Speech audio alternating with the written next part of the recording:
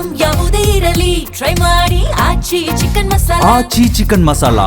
ಈಗ ನೀವೆಲ್ಲ ನೋಡಕ್ ಬಂದಿರೋ ಸತೀಶ್ ಜಾರಕಿಹೊಳಿ ಅವ್ರಿಗೆ.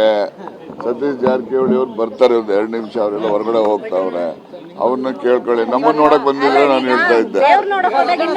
ಸತೀಶ್ ಜಾರಕಿಹೊಳಿ ಅವರು ಒಂದು ಮಾತು ಹೇಳಿದ್ದಾರೆ ಸರ್, ಅಂದ್ರೆ ಜಮೀರ್ ಅಹಮದ್ ಮತ್ತೆ ನಿಮ್ಮ ವಿಚಾರದಲ್ಲಿ ಟಾರ್ಗೆಟ್ ಆಗ್ತಾ ಇದೆ. ಹಿಂದೆ ವಾಲ್ಮೀಕಿ ಸಮುದಾಯ ಟಾರ್ಗೆಟ್ ಆಯ್ತು, ಈಗ ಅಲ್ಪಸಂಖ್ಯಾತರು ಟಾರ್ಗೆಟ್ ಆಗಿದ್ದಾರೆ. ಈ ಸಂಬಂಧವಾಗಿ ನಾವು ಡಿ ಕೆ ಶಿವಕುಮಾರ್ ಭೇಟಿ ಆಗ್ತೀವಿ. ಯಾರೆಲ್ಲ ಪಕ್ಷಕ್ಕೆ ನಿಷ್ಠೆಯಿಂದ ಇರ್ತಾರೆ, ಮತ್ತೆ ಪಕ್ಷದಲ್ಲಿ ಮುಂದೆ ಕಾಂಗ್ರೆಸ್ ಪಕ್ಷ ಬೆಳಿಬೇಕು, ಕಾಂಗ್ರೆಸ್ ಪಕ್ಷದಿಂದ ಬಡವರಿಗೆ ಅನುಕೂಲಗಳು ಆಗಬೇಕು ಅಂತಕ್ಕಂಥ ನಿರೀಕ್ಷೆ ಮಾಡ್ತಕ್ಕಂಥವ್ರ ಮೇಲೆ ಪಟ್ಟಭದ್ರರು ಪಕ್ಷದಲ್ಲೂ ಇರ್ತಾರೆ. ಅವ್ರುಗಳೆಲ್ಲ ಈ ಥರ ಹುನ್ನಾರಗಳನ್ನೆಲ್ಲ ಮಾಡ್ತಾರೆ, ಅದಕ್ಕೇನು ಮಾಡೋಕ್ಕಾಗೋದಿಲ್ಲ. ನಾವು ನಿರೀಕ್ಷೆ ಮಾಡೋದು ನಮ್ಮ ಮುಖ್ಯಮಂತ್ರಿಗಳಿಂದ ಇಂಥ ಸಂಗತಿಗಳು ಬಂದಾಗ ಅವರು ಗಟ್ಟಿಯಾಗಿ ನಿಲ್ಲಬೇಕು. ಅವ್ರು ನಿಲ್ತಾ ಇಲ್ಲ, ಅದೊಂದು ನಮಗೆ ಬೇಸರದ ಸಂಗತಿ. ಕಟ್ಟಾಕೋರೋ ಬಿಟ್ಟವರೋ ಯಾರಿಗೆ ಗೊತ್ತ್ರಿ? ಕಟ್ಟಾಕಕ್ಕೇನು ಕೋಣನ ಕುರಿನ ಏನು ಕಟ್ಟಾಕಕ್ಕೆ ಗೊತ್ತಾಯ್ತಾ? ಕೋಣನೂ ಅಲ್ಲ ಕುರಿನೂ ಅಲ್ಲ ಕಟ್ಟಾಕಕ್ಕೆ. ಅಸಹಾಯಕರಲ್ಲ, ಅದೇನೋ ಅವ್ರಿಗೇನೊಂದು ಯಾವ ಯೋಚನೆ ಇದೆಯೋ ನನಗೆ ಗೊತ್ತಿಲ್ಲಪ್ಪ. ಬಟ್ ನಾವು ಸಿದ್ದರಾಮಯ್ಯನವರಿಂದ ಈ ರೀತಿಯ ಅಸಹಾಯಕ ಪರಿಸ್ಥಿತಿನ ನಾವು ನಿರೀಕ್ಷೆ ಮಾಡಿರ್ಲಿಲ್ಲ. ಪಟ್ಟಭದ್ರ ಹಿತಾಸಕ್ತಿಗಳು ಕಾಂಗ್ರೆಸ್ನಲ್ಲೂ ಇದಾರಂಗಾದ್ರೆ ಯಾವ ಪಾರ್ಟಿಲಿ ಇಲ್ಲ ಹೇಳಿ? ಕಾಂಗ್ರೆಸ್ನಲ್ಲೂ ಇದ್ದಾರೆ, ಎಲ್ಲ ಪಾರ್ಟಿಲೂ ಇದ್ದಾರೆ. ಸಿದ್ದರಾಮಯ್ಯ ಅವರು ಅಸಹಾಯಕರಾಗಿ ಮಾಡಿದಂತಹ ಆ ಶಕ್ತಿ ಅಥವಾ ವ್ಯಕ್ತಿ ಯಾರು ಸರ್? ಅದನ್ನ ನಾನು ಹೇಳಕ್ ಹೋಗೋದು, ನೀವೇ ಅರ್ಥ ಮಾಡ್ಕೊಳ್ಳಿ. ಮೌನ ಮುರಿಬೇಕಾ ಸರ್ ಸಿಎಂ? ಮೌನ ಮುರಿಬೇಕಾ ಸರ್ ಯಾರು? ಸಿದ್ದರಾಮಯ್ಯನವರು. ಸಿದ್ದರಾಮಯ್ಯನವರಿಗೆ ಯಾವ ಕಂಪಲ್ಷನ್ಸ್ ಇದಾವ ಗೊತ್ತಿಲ್ಲ ನನಗೆ, ಗೊತ್ತಾಯ್ತಾ? ಅವ್ರು ಹೇಳಿದ್ರೆ ನಾವು ತಿಳ್ಕೊಬೋದು, ಅವ್ರೇನು ಹೇಳೋದಿಲ್ಲ. ಅದಕ್ಕೋಸ್ಕರ ಅದು ಅವ್ರು ಯಾವ ಕಂಪಲ್ಷನ್ ಇಂದ ಈ ರೀತಿಯಾಗಿ ತಟಸ್ಥ ಧೋರಣೆ ಅವರು ತಳೆದಿದ್ದಾರೋ ನನಗೆ ಗೊತ್ತಿಲ್ಲಪ್ಪ.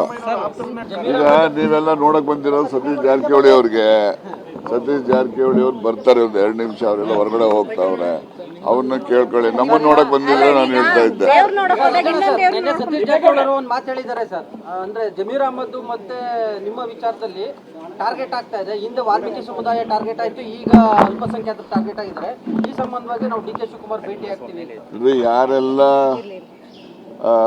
ಪಕ್ಷಕ್ಕೆ ನಿಷ್ಠೆಯಿಂದ ಇರ್ತಾರೆ, ಮತ್ತೆ ಪಕ್ಷದಲ್ಲಿ ಮುಂದೆ ಕಾಂಗ್ರೆಸ್ ಪಕ್ಷ ಬೆಳಿಬೇಕು, ಕಾಂಗ್ರೆಸ್ ಪಕ್ಷದಿಂದ ಬಡವರಿಗೆ ಅನುಕೂಲಗಳು ಆಗಬೇಕು ಅಂತಕ್ಕಂಥ ನಿರೀಕ್ಷೆ ಮಾಡ್ತಕ್ಕಂಥವ್ರ ಮೇಲೆ ಪಟ್ಟಭದ್ರರು ಪಕ್ಷದಲ್ಲೂ ಇರ್ತಾರೆ. ಅವ್ರುಗಳೆಲ್ಲ ಈ ಥರ ಹುನ್ನಾರಗಳನ್ನೆಲ್ಲ ಮಾಡ್ತಾರೆ, ಅದಕ್ಕೇನು ಮಾಡೋಕ್ಕಾಗೋದಿಲ್ಲ.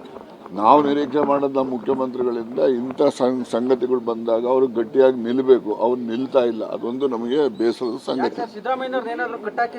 ಕಟ್ಟಾಕೋರೋ ಬಿಟ್ಟವರೋ ಯಾರಿಗೆ ಗೊತ್ತ್ರಿ? ಕಟ್ಟಾಕಕ್ಕೇನು ಕೋಣನ ಕುರಿನ ಏನು ಕಟ್ಟಾಕಕ್ಕೆ ಗೊತ್ತಾಯ್ತಾ?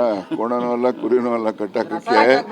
ಅಸಹಾಯಕರಲ್ಲ, ಅದೇನೋ ಅವ್ರಿಗೇನೊಂದು ಯಾವ ಯೋಚನೆ ಇದೆಯೋ ನನಗೆ ಗೊತ್ತಿಲ್ಲಪ್ಪ. ಬಟ್ ನಾವು ಸಿದ್ದರಾಮಯ್ಯನವರಿಂದ ಈ ರೀತಿಯ ಅಸಹಾಯಕ ಪರಿಸ್ಥಿತಿನ ನಾವು ನಿರೀಕ್ಷೆ ಮಾಡಿರ್ಲಿಲ್ಲ. ಪಟ್ಟಭದ್ರ ಹಿತಾಸಕ್ತಿಗಳು ಕಾಂಗ್ರೆಸ್ನಲ್ಲೂ ಇದಾರಂಗಾದ್ರೆ ಯಾವ ಪಾರ್ಟಿಲಿ ಇಲ್ಲ ಹೇಳಿ?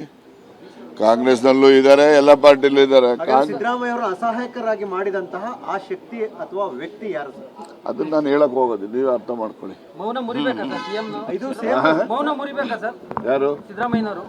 ಸಿದ್ದರಾಮಯ್ಯನವರಿಗೆ ಯಾವ ಕಂಪಲ್ಷನ್ಸ್ ಇದಾವ ಗೊತ್ತಿಲ್ಲ ನನಗೆ, ಗೊತ್ತಾಯ್ತಾ? ಅವ್ರು ಹೇಳಿದ್ರೆ ನಾವು ತಿಳ್ಕೊಬೋದು, ಅವ್ರೇನು ಹೇಳೋದಿಲ್ಲ. ಅದಕ್ಕೋಸ್ಕರ ಅದು ಅವ್ರು ಯಾವ ಕಂಪಲ್ಷನ್ ಇಂದ ಈ ರೀತಿಯಾಗಿ ತಟಸ್ಥ ಧೋರಣೆ ಅವರು ತಳೆದಿದ್ದಾರೋ ನನಗೆ ಗೊತ್ತಿಲ್ಲಪ್ಪ.